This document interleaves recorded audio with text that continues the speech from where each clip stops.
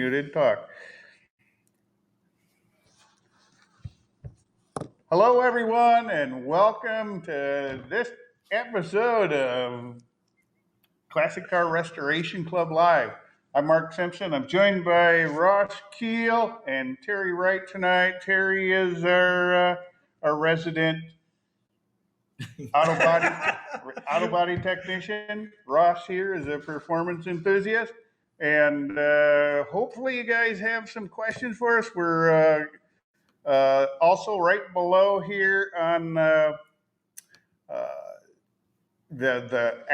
question box that we have here. There's another opportunity for you. There's a guide in order. Actually, it's a free video download to set your gap and dwell, and actually working on timing your car. Some of the older cars, if you haven't upgraded to electronic ignition, you still get you still get the points in there. You still got to set the dwell, and you still have. Of course you do. Terry is also our resident, expert on keeping everything bone stock. Opposite of me. And but I think in the hobby there's always a place for everyone, and that's the great part about it. Our first question tonight comes in from Gabe, and Gabe has a 1968 Chevelle SS. Nice car. Yeah, real nice. Chevelle. Yeah. No, it's Camaro.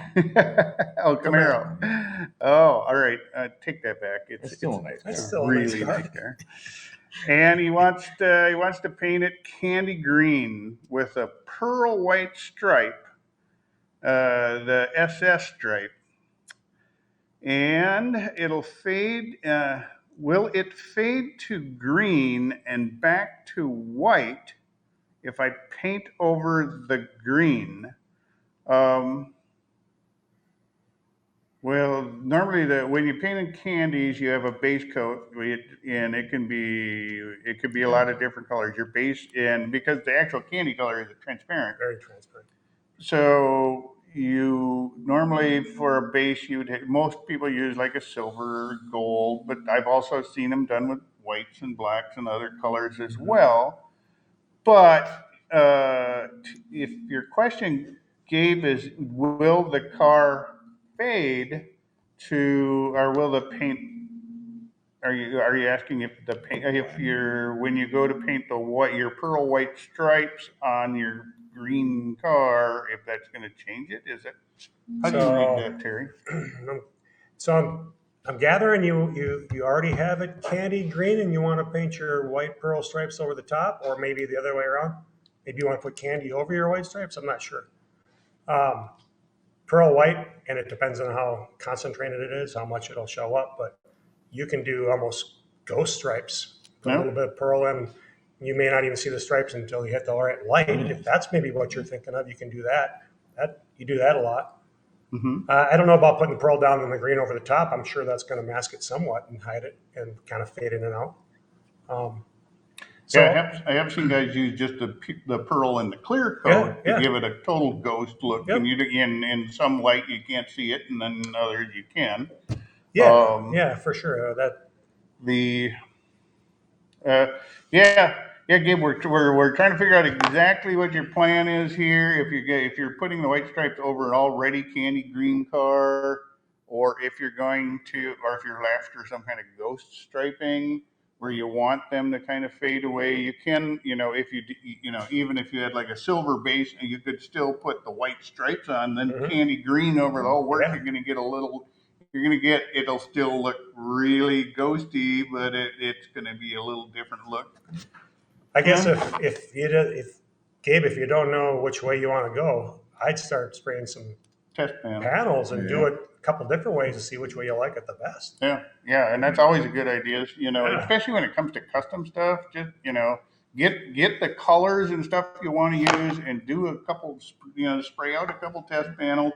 Then you can take them out in the light. You can take, you can see, hey, this works, this doesn't work. Especially with candies, because every coat changes the color. Yep. And you can make the candy brighter or darker just by adding another coat. And it's why a lot of guys shy away from it, because it involves getting a really even coat over the whole car to have a good looking car. Definitely. I do like the ghost stripes though. I think if like he's that. thinking about doing that, Yeah. that's pretty cool because you may not even notice them until you hit the right light, then they'll just light up. Yep. That's kind of cool. That is a cool look. It's a good So look. I guess maybe you could ask or maybe go a little more in depth on what you want to do, and we can Yeah, go further on it. if Gabe, if you've got like, if you want to give us a little more detail, we got some time here, so feel free to, give us a little more detail on the questions, and we can, we'll readdress it.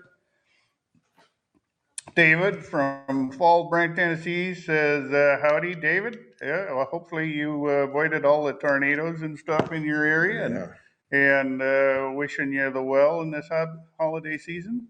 The good to have you with us. Let's see. And help down there, blah blah blah. Admin. Let's write. This is probably coming in from Facebook. Ray asks, "Hi guys, I'm from England. Any ideas where I can get a piece of stainless for the front of the hood of my 56 Mercury? Just missed out on one as the postage cost so expensive. Anyone can help." Yeah, 56 Mercury, it's not as popular as the 56 Fords, where a lot of parts are repopped for those. The Mercury's not as much. I don't know if they repop that piece, Ray. If anybody listening knows, where Ray can get one, go ahead. Feel free to uh, post it in the description, or we can hopefully link you guys up together. The in looking for that stuff, yeah, I know it can be, parts for a 50s car can get kind of trying to find sometimes. And all I can say is, use, swap meets are good. eBay's good. Yeah, you're going to pay an arm and a leg usage through eBay, because you're going to have to fight with everybody else that wants the same part. And some of those guys that just want to collect like 900 extras of the same part that you need. How about you guys? What you got any ideas where to, sometimes vintage salvage yards, you can find some of that stuff still. Yeah, I think it's hard enough for us, but so us being in England, and he's got to get it to him I too know. after he finds it. So The postage is going to make it yeah. even a little bit harder. Yeah. Oh, I would ask somebody that could maybe join in and Yeah, give us and, a yeah, and actually, I know a lot. I'm not gonna. Yeah, here's where I get myself in trouble again. Well, I know a lot of the Swedes and stuff that buy parts for like the big American Finn cars and stuff. They'll actually hire people. They'll have people in the States that will look for parts for them, or cars, or whatever, because they know that having somebody here can actually uh, allow them to respond quicker, and it allows, maybe they'll pay them, a 10% commission on top, for any part that they can find for them or something. So, it's just a matter of reaching out, and trying to make some connections with the people. Uh, and usually, if you can find people that are really into that year, make, models of cars, they're going to know where all the good parts are, where to look already. So, I would encourage you to, try to hook up with some of the communities that are strictly focused on, those late 50s Fords and Mercuries. That would be maybe a good place to start. David Grano from says hello from Lo. Now I'm going to mess it up. I would say I love them. La Junta. All right, we're going to mess it up. We're just a bunch J, of right? we're just a bunch of J-U. Scandinavians La from Junta. Minnesota.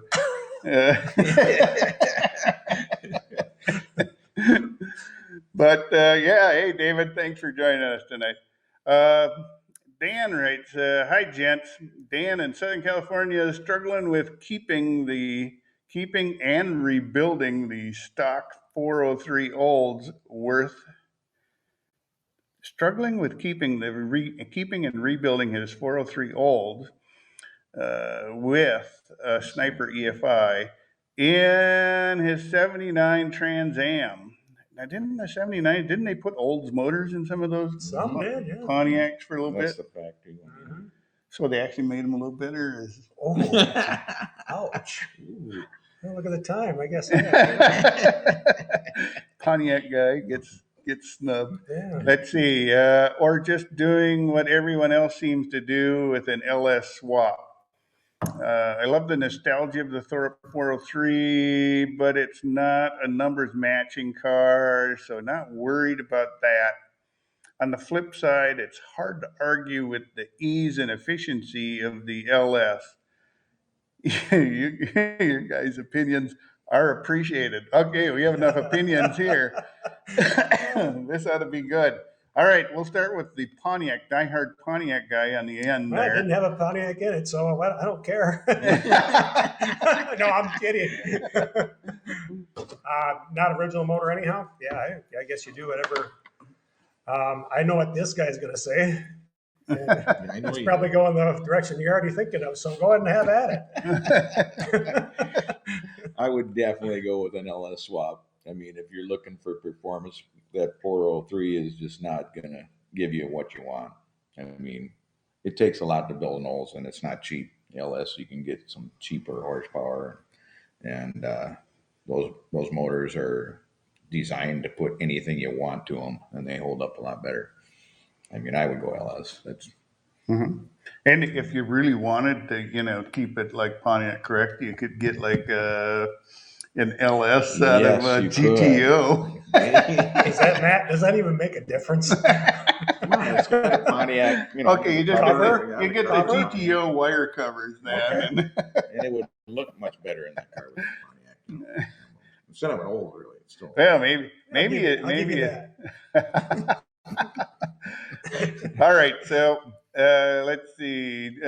Coming in, as far as my opinion, I kind of like the old motors. I love the old stuff. But if you're really dead set on upgrading and changing the performance, you're not gonna beat the ease. The LS stuff is sophisticated. It's fuel injected. There's going to be some expense into doing a full LS conversion, but in the end, you'll have a vehicle that will probably go just about anywhere you want to go without issue. And then you can go down to the corner store. You can go down to your local auto parts store and get the parts too if anything fails that day to And that's fix the it. thing. I mean, if you want performance, you can always add on to that LS and the 403. Yeah, I mean, you got to pretty much redo the whole motor to get that kind of performance.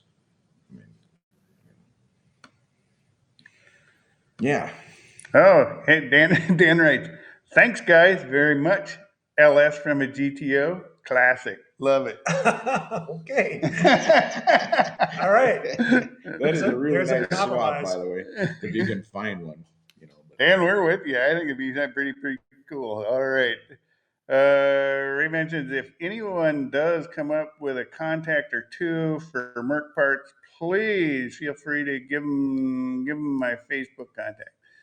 Awesome. Yeah, and that's when it comes to restoring classic cars, looking for parts is but you can make it part of the fun. fun. Oh, it is Used to be there was a time before the internet, and now back in my day, where drive everywhere. you'd go to a swap meet and hope to find somebody selling the part you needed, or you'd end up going to bigger and bigger swap meets and looking at more and more parts, just trying to find the part you needed. Or, you had to network with all your friends to find some guy who has one somewhere in a field somewhere behind his barn. Yeah, I if used to. if you make looking for parts I think it's fun. part It's of the kinda fun. adventure, I used to subscribe to the Hemmings Motor News, the Bible. Yep. And Yeah. 1,000 some pages every month. I actually drove down to Arkansas to pick up a '69 Firebird that the guy said was rust free, and it wasn't when I got there. I had a friend of mine and Very happy about flatbed. We drove down there through the night and went and looked at it, and I said, I won't even give you $500 to bring something back. Yeah. And he was like, "What? Did I misrepresent the car? What are you talking about? You got something growing through the bottom of it." Yeah, I think we've all been there with a car that was before you could see color pictures of it all over the place. Yeah, right now. Everybody told you that it was like, oh, it's rust free or it's just a little surface rust, and you get there and there'd be no floor in the car, and you go, well, this was I went to Nebraska once to pick up a car that I left there because he said it just had light surface rust and there was no floor in the whole car. There's no surface rust left to rust. All right. Richard asked, is a 1955 two-door sedan BA Bel Air rear upper trim on the back window. 55 two-door sedan Bel Air rear upper trim on the back window. Had window removed and new clips installed, but can't get the trim to pop on. Pop in all the. Let's see, Can't get the trim to clip back on the clips. Yeah, pop in all. Yeah. And the clips, Any idea? Clips look the same. I mean, Yeah. That's a question. I mean, So, original trim and clips are similar. Replaced them with new clips. I've had occasions where I've had to modify new clips. It's the old reproduction stock, right? And sometimes, where I've had to actually, grind down like edges of them to get them to fit. I've had to recontour them to get them to fit. I guess I might start by closely comparing my reproduction clips with the originals. Yeah. And that would probably be where I would start. Oh, definitely. Make sure you're using the same thing. Yeah. If not, then you are going to start. And unless there's the windows out further or something, also, let's say it's could be too high or something. But. Yeah, could be. That's kind of where we'd probably started, just examining the clips and seeing if if there are, what there, and sometimes it's just a matter of like, this car, the side moldings wouldn't use the reproduction clip, but I had to bend them slightly. But if I bent them, then they worked perfectly. And it's sometimes it's just a matter of taking the clips you have and kind of modifying them to work. Let's see. David writes, I'm more than halfway finished with my 32 Ford 5 window. Woohoo! Hope to fill you in when it's all hope to fill you all in when it's complete. Hey, David, we're looking forward to seeing it. There's also check out the member ride section in there on the site. You can, it doesn't take long to post your car up. I know Terry put his car up here last month and it took him all of 2-3 minutes, It take very long. And, it's a good place to check out other fellow members' cars and post yours up too, so we can take a look at. And David, you don't have to have your car done for us to appreciate it. We're car guys. We like seeing work in progress and seeing where it's going. I like to see them torn apart. Yeah, you get appreciation for what they're doing. Steve Murray, just say hi. Hi, I am in your virtual car show. Who had the '73 Pontiac Trans Am in Brewster Green in California? Oh yeah, I remember the car, and I don't remember all the details. I know it was kind of a rare car. It had some history on it. If you guys, our virtual car show is probably still out there on the site somewhere. Go take a look at that. You might want to take a look at the '73 Trans Am. Great looking car. Had some interesting history to it, and kind of a unique car. So check that out. Also, guys, keep asking questions. We're in it. We've got one that came in via email earlier. Uh, he has a 19. This comes from Randy, and he says he has a 1940 Chevrolet Special Deluxe.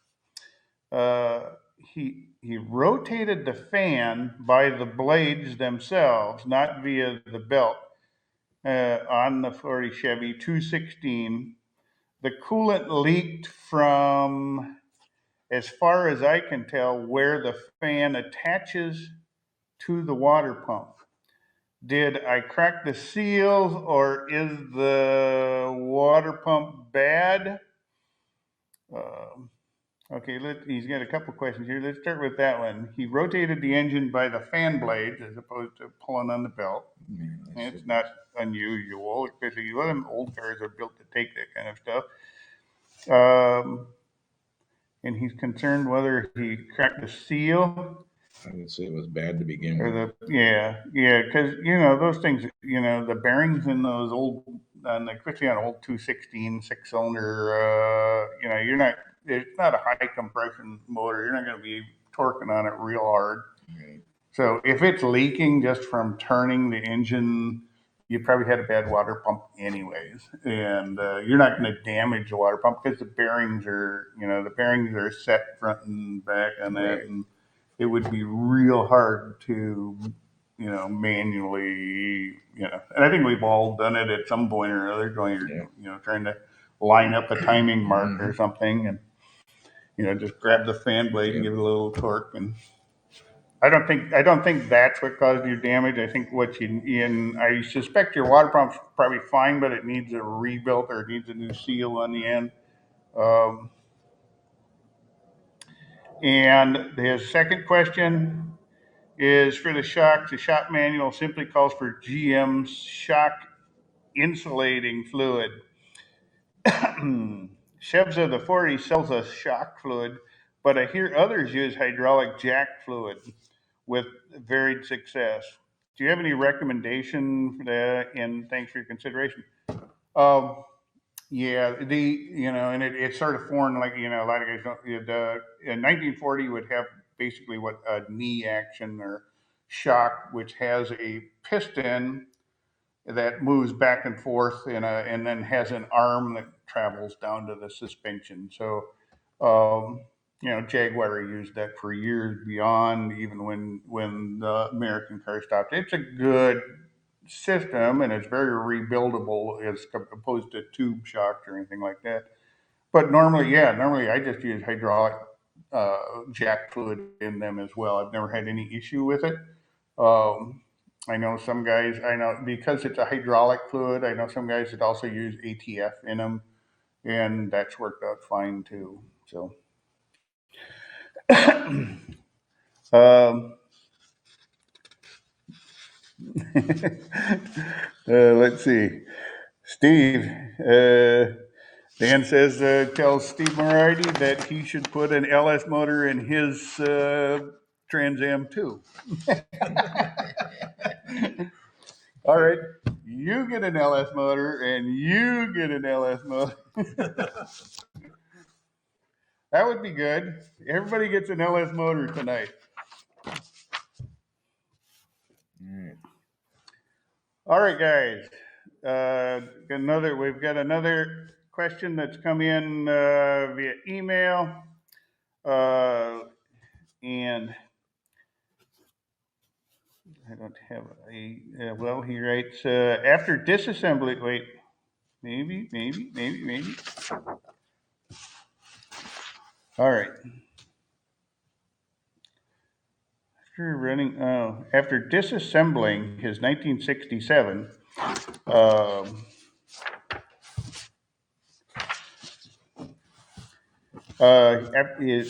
the left rear running light is bright.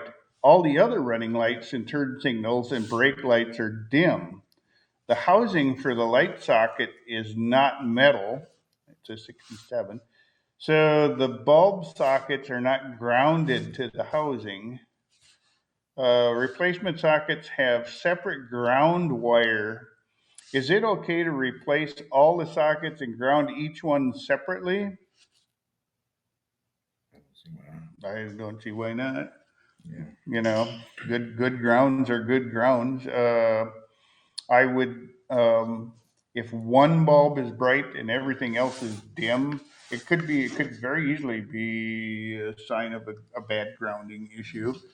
Um, it's not the only thing it could be. Uh, there, you know, there are a few things it could be, but yeah, I would test grounds. Grounds are easy enough to test, and even running a wire to the socket or to the bulb socket and to a good ground should tell you if that's going to help solve the issue. Um, You replace the light sockets? I didn't see if he did. yeah. Then he writes, after disassembly and further inspection, the taillight housing is metal. Well, okay. It was contaminated with glue and silicone to prevent the bulb sockets from falling out. Yeah, that Yeah, I caught. there's your ground problem. Yeah, I think we've identified the ground issue. The replacement bulb sockets have two wires for bulb and separate ground wire. Uh, yep, I think I love it when you guys solve your own problems and write back to ask me this. Let's see. Is it possible to get LED headlights for my 39 Dodge with 6-volt system? Yes, they have 6-volt LED bulbs available. Um, I know for most 12-volt cars, there's a company called Super Bright LEDs. Um, and for the 6-volt, and Super Bright doesn't have a big extensive line on the 6-volt stuff, but there's another company called LEDlight.com, and they have both the 6-volt positive ground and the 6-volt negative ground. Um, so for those cars, for like the Volkswagens and all the pre 19 mid 50s cars, American cars that still ran 6-volt system for a long time, you can also get LED lights in your car. Um, if you haven't, upgraded to 12-volt. And if you're Terry, he's not going to upgrade anything. But would you do LED bulbs? I would probably upgrade to 12 volt before I go LED. But Yeah, I don't know. I haven't yet. you haven't. No, I haven't. You still have stock filament bulbs in I your do. car. Well, that's all right.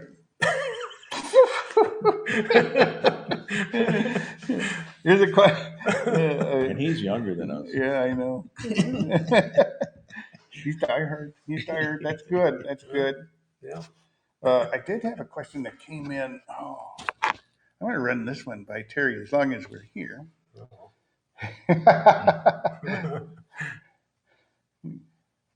and I thought it was the reason I'm going to bring this one up is because it came in and I thought, well, this is an interesting dilemma. And this is Sean. He wrote in that he has a 1972 Chevy pickup where he wants to replace the roof skin on it. And he has, and my roof skin has to come off to repair the rust underneath. How do I install a new skin? Uh,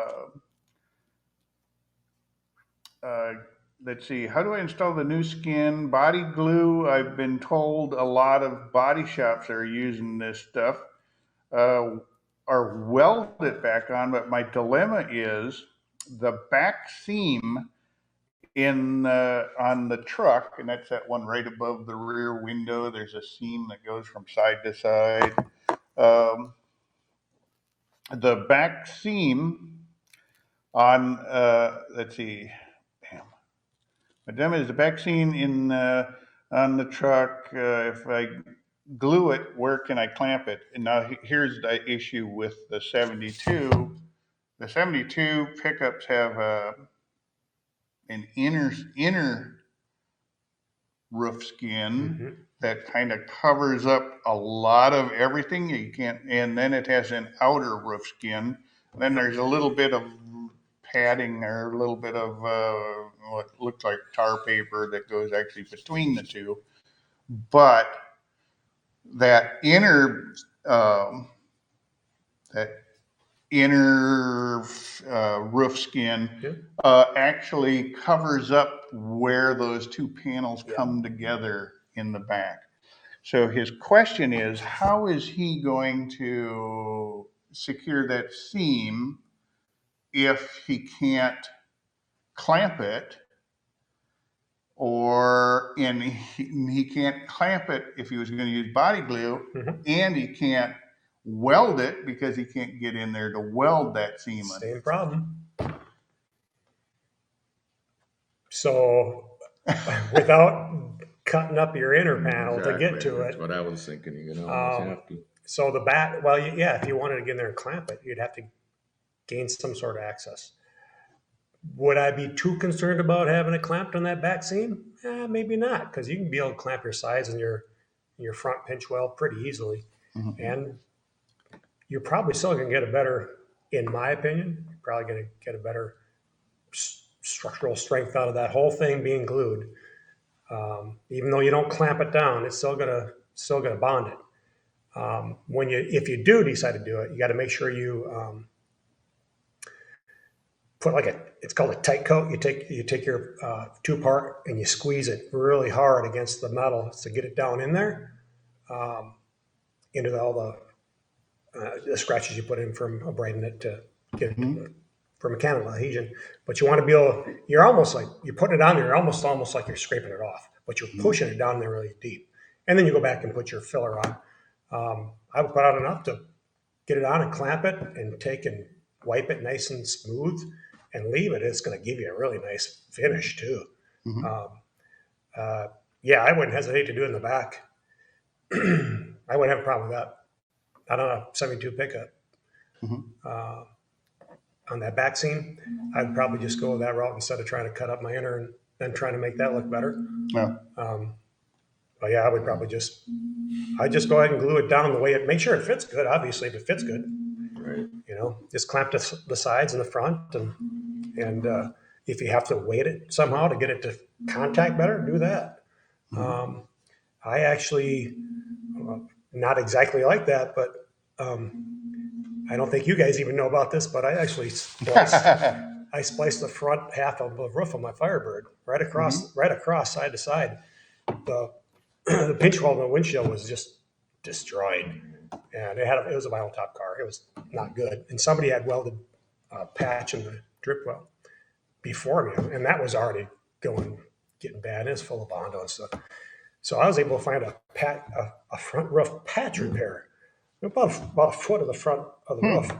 And I cut that thing straight across, and I lapped it, and I glued that thing.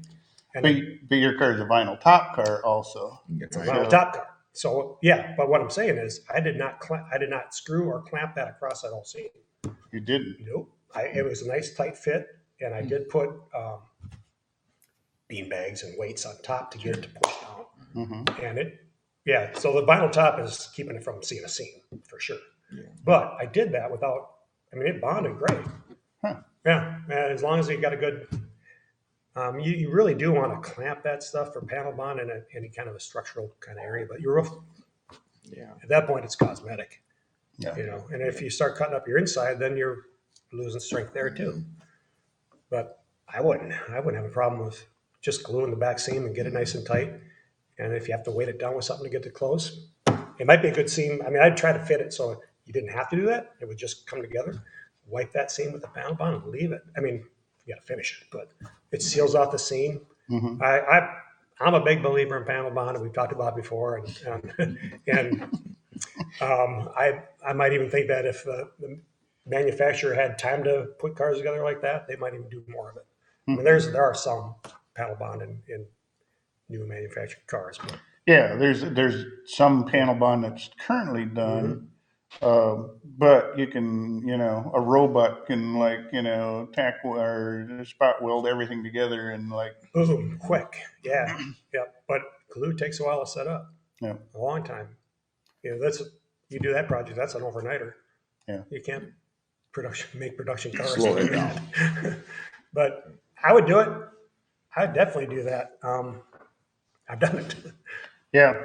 And I'll just add to that and say, yeah, you'll before you set your sights on that, get your roof skin off, Mhm. because my experience with that year of car is there's like virtually there's minimal paint or anything between those two panels. So once you open that roof off, 90% of the time you're going to see places in your inner, uh, and normally it's toward the front of the windshield or toward the front of the inner skin by the windshield and along the side drip rails, where they're notorious for rusting out in that inner pan. They do repop the inner pan. So before you commit, but if you're gonna, but I'll caution you there and say, if you are thinking about replacing both the inner and the outer, by the time you pull the inner and the outer, the only thing holding the whole structure together is your grip rail at that point. So you might want to brace things a little bit before you go that far. Yeah. The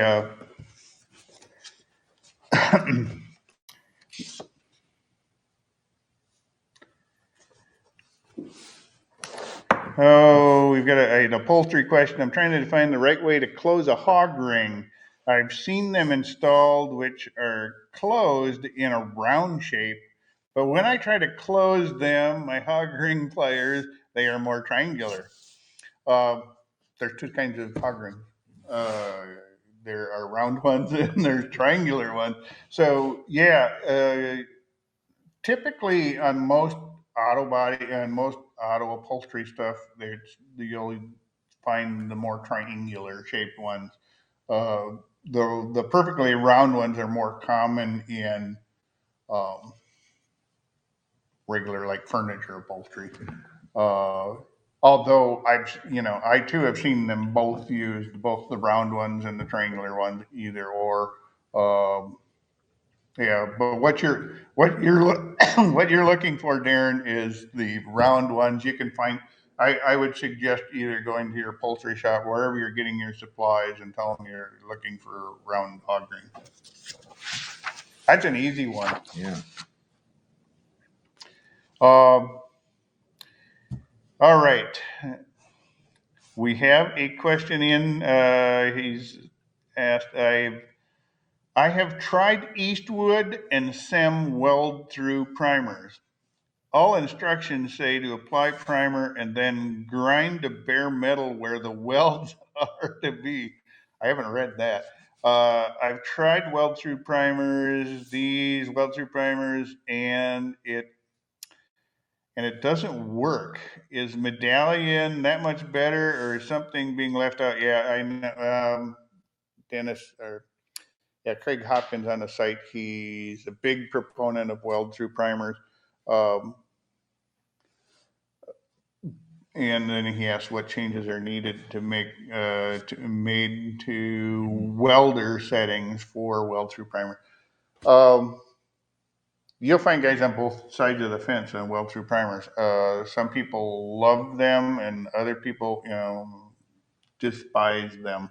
Um, the I know TIG welder. A lot of people that do TIG welding won't use weld through primers because you're actually melting. You're melting the base, then adding the fill rod, and what happens is that weld through primer becomes a contaminant in the weld and actually causes them to be, less strong. Where they work better with MIG welders where you're adding the wire as you're burning. So you don't tend to percolate all the impurities out of things. So I would strongly, my gut says you try it. I know Craig Hopkins on the site. He's a great body, metal guy. He's a proponent of them. I'm not as big a proponent of them. I prefer to, have bare metal and weld it up, or if I'm going to plug weld and spot weld it, or whatever, then I can come back. I can I can put seam sealer on both sides. I can prime the metal. I can do everything I need to seal up the joint so it's not a corrosion issue. But what are your thoughts, Terry? Well, it's used every day in body shops and collision shops. And my personal opinion is it's a feel-good product, like you think you're doing something. I think you're contaminating the weld if you're welding through it. So what he's talking about is you have your flange all cleaned up and you take and spray it. And then before, I'm assuming there's a hole for a plug weld. Mm-hmm. You're cleaning that off where you're going to weld it. That's what they're talking about. Yeah. Just because it's a crappy weld. You're welding that. It doesn't weld that good. No. You're definitely going to burn away at all around the weld zone anyway. So that spot is always going to be susceptible to whatever gets to it. So that comes into the sealing part of it, priming and sealing as best as you can. There's some people even say some of the copper stuff don't use that because of the difference of the metal. And that's for MIG welding, plug welding, right? But if you have a squeeze type resistance welder, there's even better ways to go, and not even using weld through primer at all. You can actually weld through resistance weld through epoxy and some seam sealers, and that's the best way to seal off that. Seam sealer is the best because that seam sealer is around that weld. It's still going to burn. You have to weld it twice, hit it twice to burn through the sealer, and then weld. And not too many people have resistance spot welders, but that's what you see more and more in body shops today, collision shops. That's that type of welding. And they have to get it down to where they're replacing exactly where those welds were to duplicate the factory. Weld through primer, yeah, used every day, but my personal opinion, it's just a feel-good product. That's just my opinion. Yeah, and I can recognize that it's more heat resistant and everything else, but it's like, you don't want that stuff in your weld area. Is my opinion is I don't want that stuff in my weld area because it's going to contaminate something. Yeah, I can see the point. Yeah, you can, but are you really gaining that much? You're still got the actual strength part of that metal that has no corrosion resistance because of the heat. The heat took out all the weld through primer. And so it still requires you to seal it and then prime it. But yeah, good idea with the seam sealers or the epoxy with. I have not tried that with resistance welding. That's actually really slick. I've seen it work. I've seen it in shops and body shops. It's slick, and you have that seam sealed up too. You can even use, believe it or not, you can even use panel bond and weld through that, resistance weld through that. Now you got to be careful. You don't want it in places where you don't want that extra strength. That's where you use seam sealer instead, because then it's like in crush zones. You want it to crush. Where if you put panel bond in there, it's going to be a lot stronger. So there's places where you can use panel bond and places where you use sealer. But that's where they're at today with doing that. It works really slick. I don't know. I guess I personally would feel better at just putting some epoxy down in that flange, except for where I'm welding. Okay. And then go back and seam seal the heck out of it.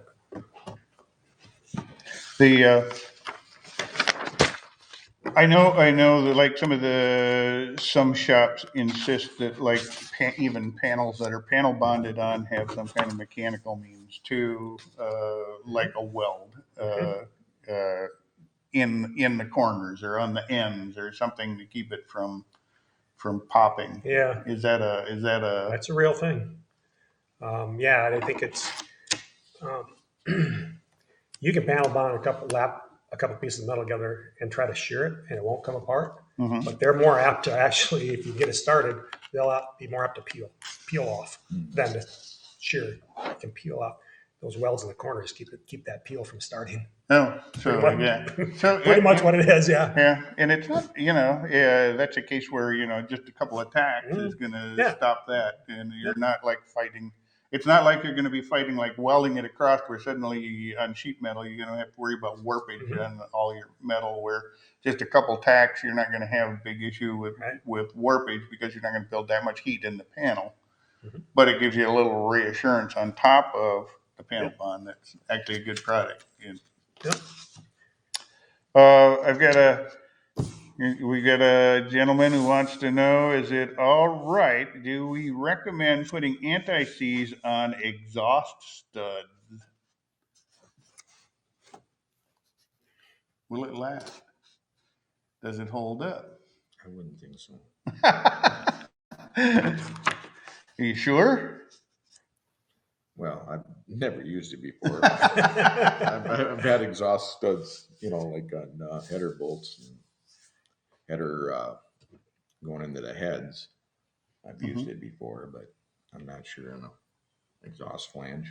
Is that what he's kind of talking about? Yeah, I'm thinking. Yeah, it's like like the exhaust flange on the bottom of your exhaust manifold, where your pipe's going to mount up. You got all those studs there. And a lot of times on factory stuff now, for a while they were putting brass nuts on it for a while because they wouldn't seize up on there.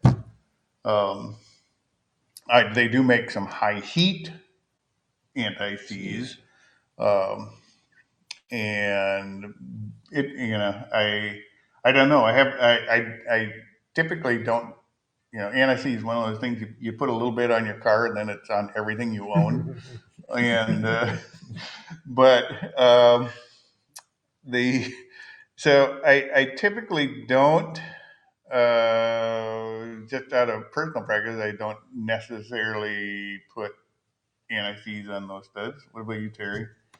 I haven't done it on studs. I've done the gasket sealant on pipes and collectors, but not on studs. I haven't.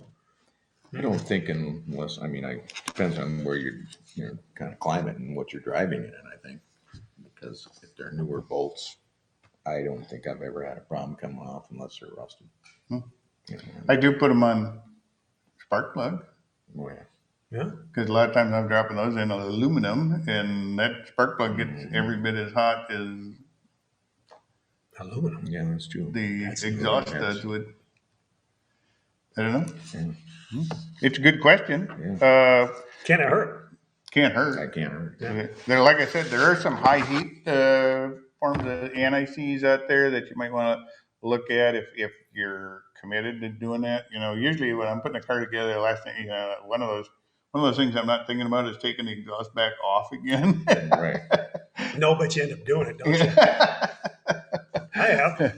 Yeah, exactly. Even though we do have it all done, we'll do it again. I know somebody's had me pull that out a couple times. It came off really easy though. All right, sure. Give me a little hick. Good. It's about time it's you. Not just the Pontiac guy. All right. We have a gentleman that wants to know. He wants to remove the amateur gauge in his '62 Corvette. When I remove the gauge, do I just connect the left and right side wires back together? And basically, an amp meter gauge is going to work one way. What it's doing is it's looking at the flow of electricity, whether it's charging or discharging.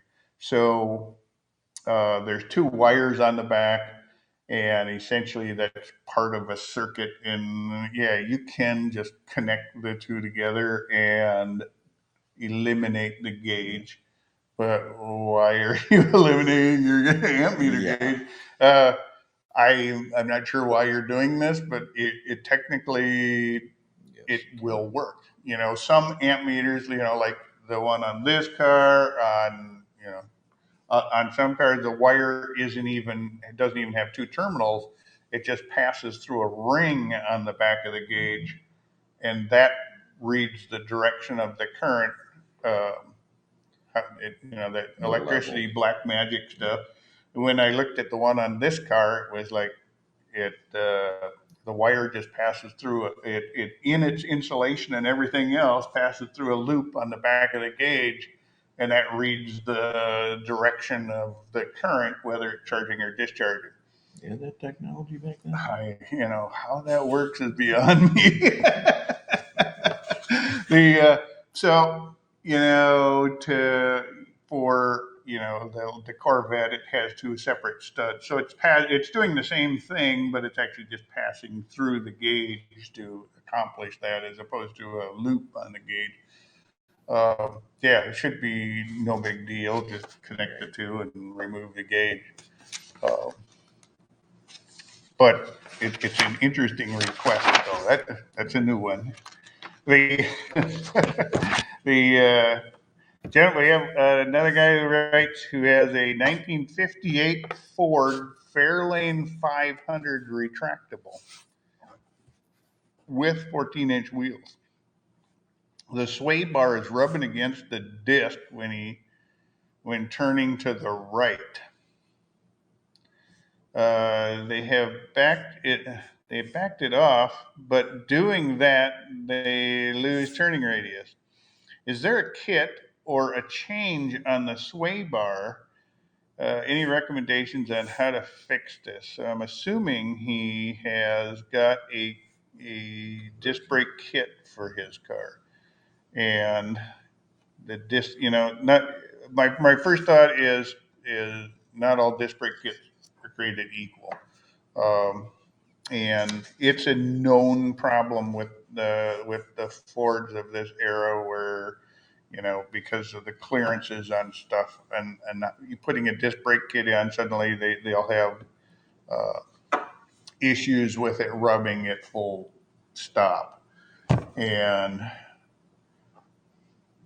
yeah, like I say, there are some kits out there, I know specifically for this model, that will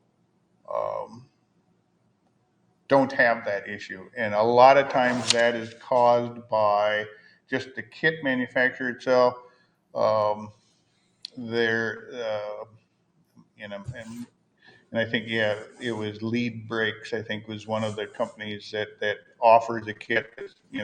Their big claim to fame is that their kit's not going to rub. So, Lead Brakes, LED brakes.com.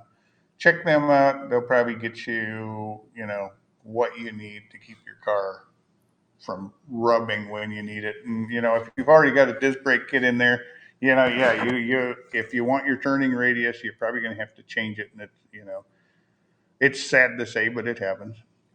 Rich writes in. He's says hi hi Rich from San Diego. Probably nice and warm there. Much warmer than it is here. Although we've got a warm spell coming through.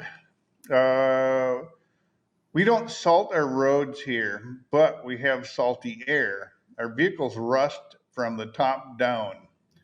Washing the vehicle will help keep our drip rails from rusting off. But what about all the suspension parts underneath? I had sandblasted all the front end parts of my 65 Chevy van and primed and painted them with rattle can Rust-Oleum. Now I've got surfaced rust on the top surface of the parts. What paint should I have used? Is powder coating overkill? All right, first we'll start with the paint guy. The paint expert. Just the tops of your parts are rusting, Rich? So the moisture's just sitting on top? Falling on me. Well, rattle can Rust-Oleum, single component product. So you'd probably want something Cadillac. Yeah. Um, what was the last question there? Powder coat.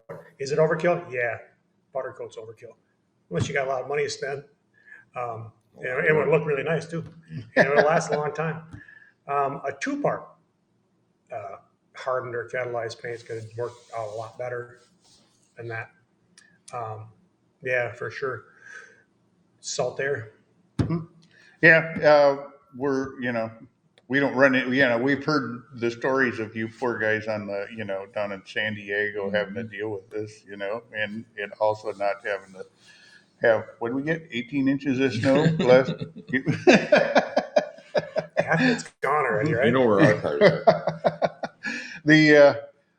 I agree. The biggest problem with rattle can paint is, it looks really good. It goes on, but look at the nozzle that stuff's coming out of.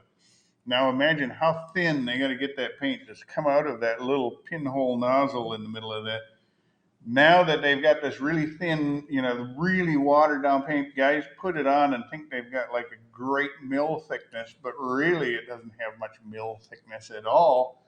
So, you can put more rattle can on and have maybe a little more corrosion resistance, but you're better off going with automotive grade paint and make it catalyzed two-part paint, like a urethane enamel, where you're going to add a hardener, you're going to have some durability there. But unlike, my good friend at the other end of the table, I do like powder coating stuff. I like it Oh, too. I'm not saying it's bad, but it's overkill. Don't you think? Yeah, well, I don't necessarily think I've got, there's companies, Eastwood has a great little setup where you can. Well, that's true. If you're going to do it yourself, then it makes it be a little easier. Yeah. But if you take all your parts in somewhere and have, it could be pretty expensive. But It could be it fun. could be beautiful. I agree. Yeah, I love powder coating. It is, but you'll do it once and it's done. Yeah, I agree with that. Hassle with it. Yeah. And Don't worry about it. It is super durable. Mm-hmm. But a good catalyzed, the suspension parts and parts like that don't see a lot of physical wear. It's not like, not like a bracket on your engine where you're going to be mounting stuff to it all the time. And, every time you adjust your alternator tension, you're going to crank on it, or so I think you can get away with using just like a hardened urethane. I think that's a good solution for most people.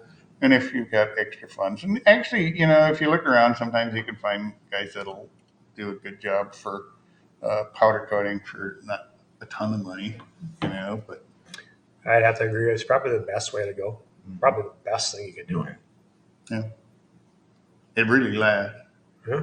Yeah, Ross just brought in some powder coated parts. We didn't blast realize they were powder coated, and you Can't take it to blast the sandblaster, and you're sitting there wailing on it. It's like, what's wrong with my sandblaster? And then you realize it's a powder coated part, and it's like a bugger to get that stuff off. So, when you and any painted part, you could probably do it in 5 minutes. So it Tells you the protection. it gives you an idea how tough and durable that stuff can be. Let's see, Rich writes, the salt in the air settles on the top of everything, tools left out outside, etc. Wow. Well, I guess there is one downside to living in San Diego. Yeah. Take that, Rich. Yeah. Around here, we just walk around with an inch of salt on our shoes.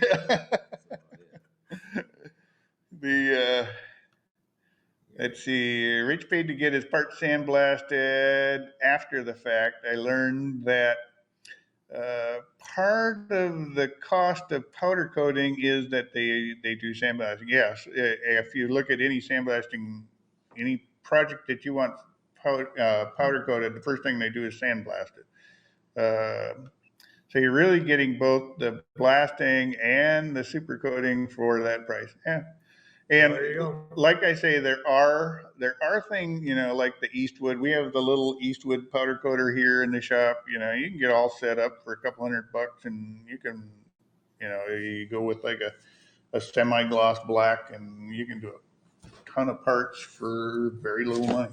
And Smaller parts. then if for the bigger parts, I didn't think about the do-it-yourself. you can drop, you can powder coat them all out and then bring them into the house when your wife's not home, and then Put them in the oven. Was that what you're thinking? Okay, you shouldn't really do I've that. never done that. Apparently, some fumes get in there, and that's not good for you. So maybe that's not the best advice, but you have to think about it. All right, guys. I want to say thanks for coming out. Remember, right down below here, there's you can sign up to get the free video download on how to set your gap and dwell on your points. Feel free to go ahead and grab that. It's kind of cool to have it on your computer. Always good reference material in the future. Want to thank everybody for coming out tonight and spending an hour with us. It's been fun. Went by quick. Always fun. Always good to hear from you guys. If you got any ideas on, we were planning to do some videos here over the winter months. Got any thoughts? Feel free to enter them down in the comment section down below. Other than that, we'll see you next time here at Classic Car Q&A.